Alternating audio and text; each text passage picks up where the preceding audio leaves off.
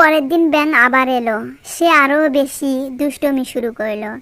সে সাপের গর্তের মুখে কাদা ছুঁড়ে মারলো আর জোরে জোরে ডাকাডাকি করতে লাগলো। সাপ বিরক্ত হলেও নিজেকে শান্ত রাখলো। সেদিনের মতো ব্যাঙ আবারও চলে গেল।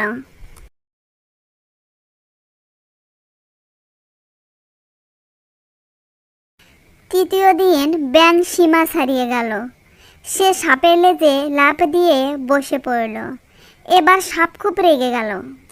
আমি অনেক সহ্য করছি, এবার সাবধান হও। ধরতে পারলে ধরে দেখাও আমাকে, দেখি। এই কথা বলার সঙ্গে সঙ্গে সাপ দ্রুত আক্রমণ করল। ব্যাঙ কোনো রকমে লাফ দিয়ে নিজের জীবন বাঁচালো, কিন্তু খুব ভয় পেয়ে গেল। সে দৌড়ে পুকুরে গিয়ে লুকিয়ে পড়ল। উফ, আমার অহংকারে আজ আমাকে বিপদে ফেলেছিল। আর কোনোদিন সাপকে বিরক্ত করব না। আমি খুব ভয় পেয়েছি, আমি খুব ভুল করেছি। সেদিনের পর থেকে ব্যাঙ আর কখনো কাউকে ঠাট্টা ও দুষ্টামি করেনি।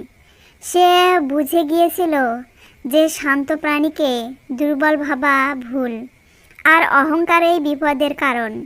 সাপ আর ব্যাঙকে আক্রমণ করল না। দুজনে নিজেদের মতো শান্তিতে থাকতে লাগলো।